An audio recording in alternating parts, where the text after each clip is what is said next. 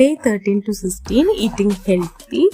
അപ്പോൾ ഈ ഒരു വീക്ക് കുറച്ച് തിരക്കായിരുന്നു, അതുകൊണ്ട് തന്നെ സ്വന്തമായിട്ട് പ്രിപ്പയർ ഒന്നും ചെയ്ത് കഴിച്ചില്ല. അപ്പോൾ വീട്ടിലുള്ള സാധനങ്ങളിൽ നിന്ന് മാക്സിമം ഹെൽത്തി ആയിട്ടുള്ള സാധനങ്ങൾ എടുത്ത് കഴിക്കുകയാണ് ചെയ്തിട്ടുണ്ടായിരുന്നത്. ചീരക്കറി ഉണ്ടാക്കിയിട്ടുണ്ടെങ്കിൽ അതിന് ചീര കഴിക്കുക, ഉപ്പേരികൾ കൂടുതൽ കഴിക്കുക, പിന്നെ ഫിഷ് അങ്ങനെയുള്ള സാധനങ്ങളൊക്കെ കഴിക്കുക. കാർബ് വളരെയധികം കുറയ്ക്കുക, ബേക്കറി സാധനങ്ങൾ ഒഴിവാക്കുക, ഫ്രൈഡ് ഐറ്റംസ് ഒഴിവാക്കുക. അങ്ങനെയുള്ള കാര്യങ്ങളിലാണ് കൂടുതൽ കോൺസെൻട്രേറ്റ് ചെയ്തൊരു വീക്കാണ്.